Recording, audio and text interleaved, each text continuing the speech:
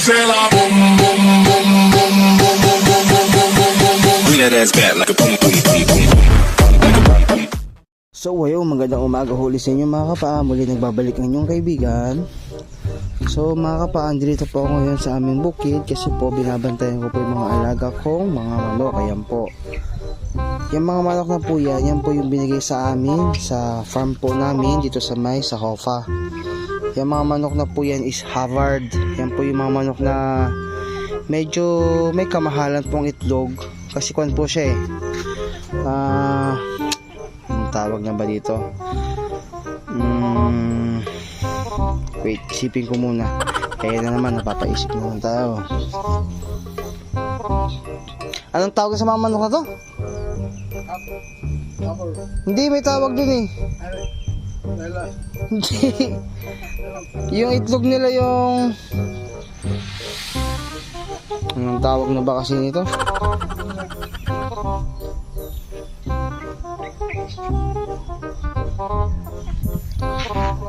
Hindi yun.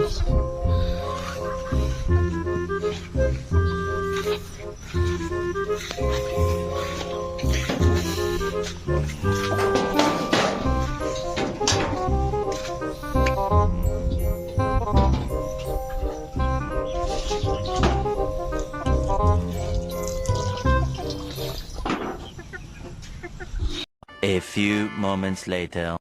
So ayun mga kapa, babalik na naman ako. Ayun, medyo naaalala ko na ako ng konti. Mga kon po yan. Yan po yung tatawag namin mga organic.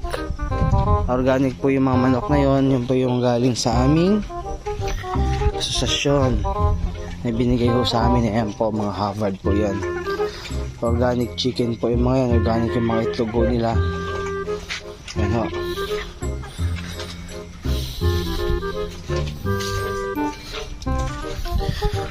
Dito po sa bukid namin is meron din po kami mga tanim dito, iba-iba rin mga puno. Katulad po nito, meron kaming guyaba, no?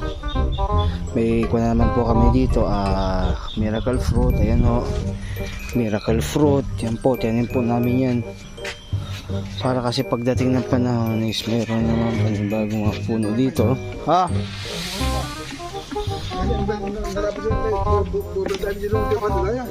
Sakat naman ito aja.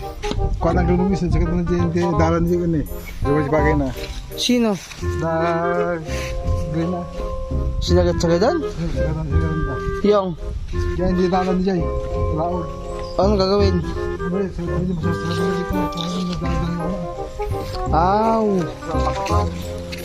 Hindaan na ng tubig doon?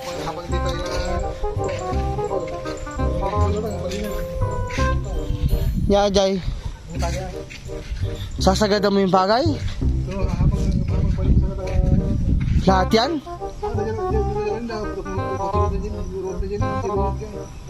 Baka matanggal yung kan.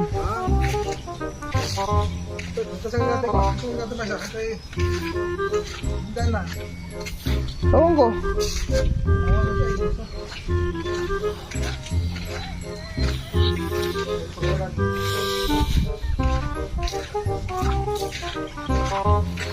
Ayun, magaling kong tatay may naisip na naman na paraan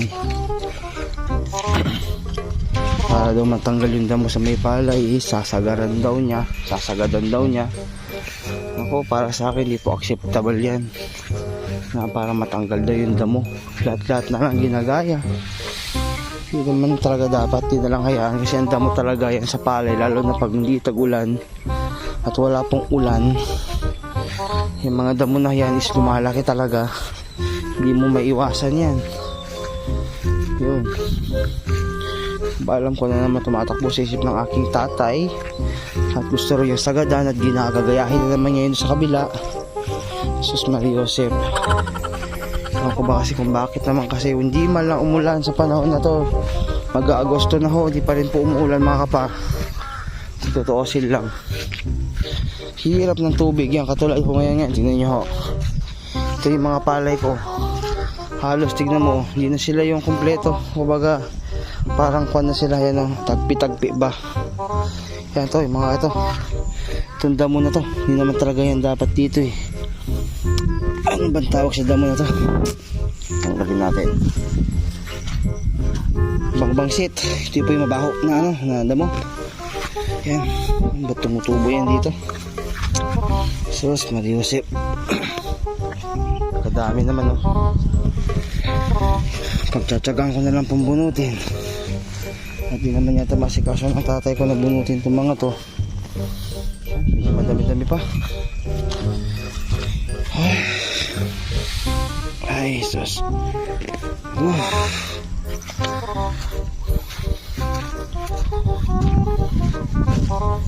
Kaya po mahirap po talaga dito sa bukid. Mahirap maging magsasaka. Kaya dapat sana taasan naman nila itong mga presyo ng ano. Hindi naman sa ibig sabihin na taasan lahat. Ibig sabihin lang is sana naman bigyan nila ng pagkakitaan din naman yung mga kapwa natin, mga magsasaka, para hindi naman kami nalulugi. Tulad niya, sino nyo, hindi rin po basta-basta paglilinis sa aming mga ano, mga palay. Kaya katulad ito, tinupuan ng bangbangsit. Sus, Mariusip, itong mga bangbangsit na ito, hindi ko alam bakit biglang tumutubo yan dito.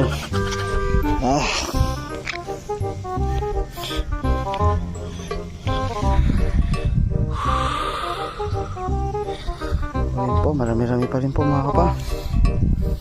Gusto ko, dapat pala, nun palang tinanggal ko na itong mga ito.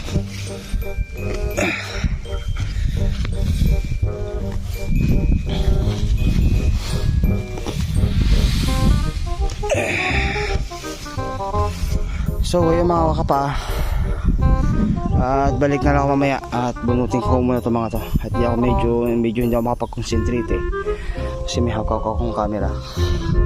So mga kapa, bunutin ko lang po itong mga to at mamaya po ulit. Sige. Meanwhile, So yung mga kapa, nagbabalik po muli ako. Ayan na ho. Ito po yung mga natanggal ko na ano, mga damo dito sa aking palay. Yan po yung bangbangsit. Hindi ko alam kung bakit yan tumubo dito.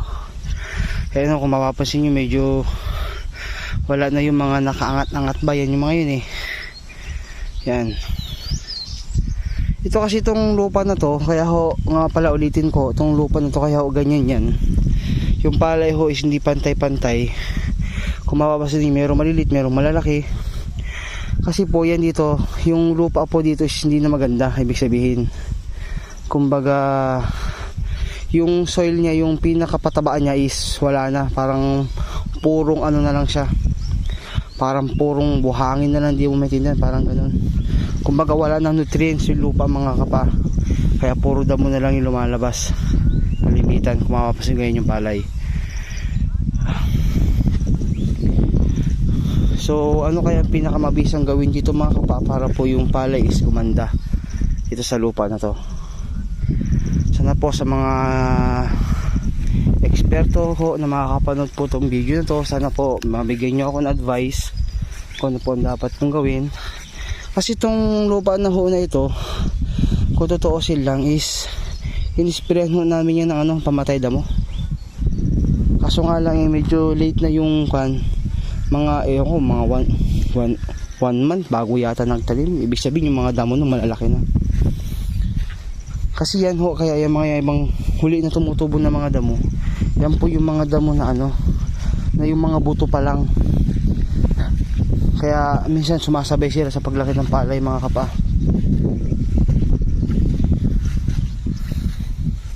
Yan o, makapasin ninyo.